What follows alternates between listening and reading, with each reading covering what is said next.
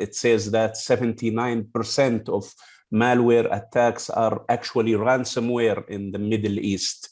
When talking about ransomware, I like to look at it from 3 different perspectives: before the attack, during the attack, and after that. I'm also a very big fan of zero trust, where the user has no visibility of any asset after he connects to the enterprise, that he needs to be explicitly given access to a certain resource. This way, I think that zero trust is really improving the protection and detection capability of the enterprise. Next, we need to have a backup plan. We need to plan our backup properly. We need to test it, validate it, make sure that it can be restored. It will do what it is expected to do. We need to make sure that the backup is properly secured, so that malware will not have access to our backup. Otherwise, we will end up with having even our backup encrypted by the ransomware. Trust will help a lot in bring your own device, and it will, as well as it will help a lot in protecting against ransomware or any other threat. There are 3 main concerns that I think people are most concerned about. What if the device is lost or stolen? What will happen to the data? So this can be a big concern to so many. We can implement basic controls like full hard drive encryption, remote wiping, MDM or UEM. Even UEM solution is also better to protect against this concern. Malware and data leakage is also another concern. So from 100 billion to 1 trillion in just a couple short years just tells you the big picture of IoT. Now, if we think about that from number of connected devices, we have about 46 billion plus or minus. Stats on this are a little bit strange, a little bit gray, but roughly if you take the average, there's about 46 billion connected devices today. But think about this, of those 46 billion, 30 billion are IoT devices. It's about 65%. So there's a huge investment being made in IoT. This is not a hit on removing IoT devices. They provide a lot of great things, improving workforce productivity, process optimization, customer experience, remote monitoring, equipment optimization, supply chain. I think all of us kind of get the value that IoT brings. We're not saying get rid of it, but I will also say this. Some of the research that we've done, we found that 26% of all the IoT devices across the enterprise, and again, this isn't focused on the consumer side, 26%, the firmware is end of life.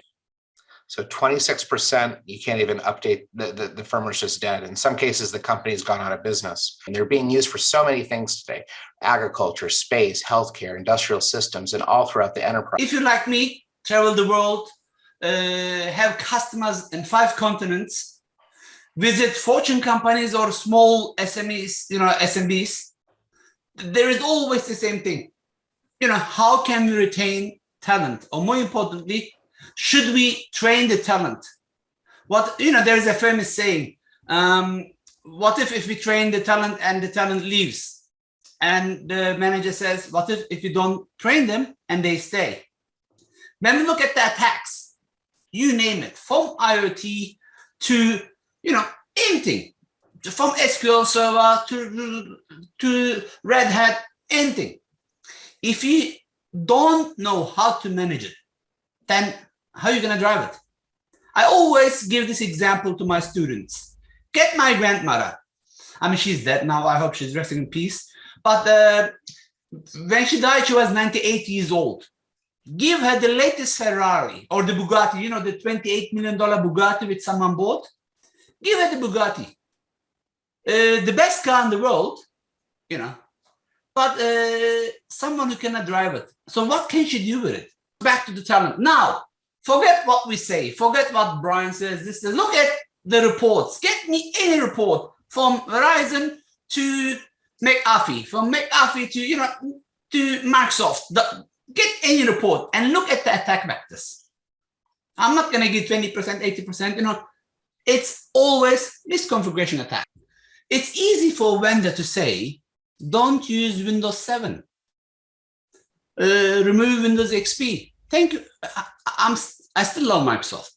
I was Employee of the Year in 2017. I'm currently a Microsoft MVP. It's an award. I'm not, you know, it's not my, I understand Microsoft. Microsoft has to get rid of XP because it's old, because it's easy to attack.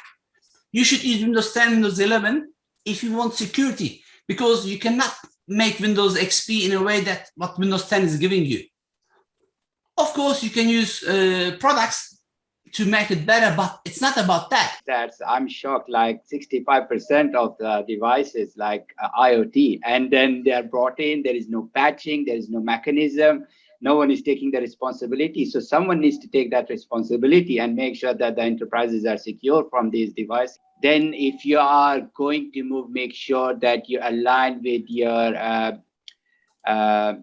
change management processes, where before you move any workload into the cloud, you do the risk assessment, and after you have moved it, you do the risk assessment. You do pen testing, like Article said, you know, it's very, you make sure that someone checks your work. If you have done the work, you bring in someone to check if you have done it correctly or not. Means if you don't have expertise, even if you have expertise, it's better to get it checked from someone else, because there are things you might have missed out. For the cloud moving, you have to draw a roadmap, you have to work on that, and then see how can you possibly move into the cloud. Most importantly, you need to see, when you are signing up for the cloud, who will be responsible for data, and then if your contract ends, who will take over the data and how the data will be destroyed. So you have to be careful with that. And then you have to liaise with the local authority, check what is their requirement is.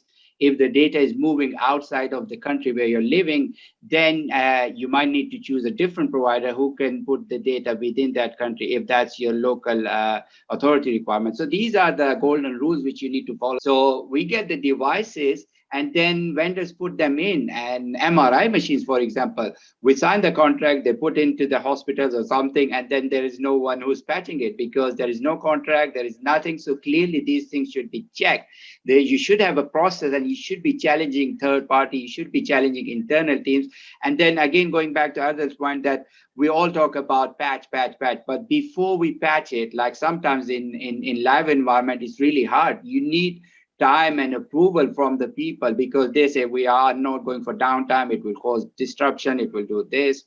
So what you have to do is test it in a test environment, if you have a test environment. And before going to the production, it's very important, test it, make sure that there is nothing broken. Feed is easier to do. If you have old business, start somewhere small and then grow slowly. It's a journey. It's not like one day, oh yeah, I'm going to get this vendor in, I'm zero trust. No, it's a journey. You need to plan it. You need to draw the roadmap and then go through that journey and start small. And you're right, it's not just about the vendor, it is the processes and other strategy.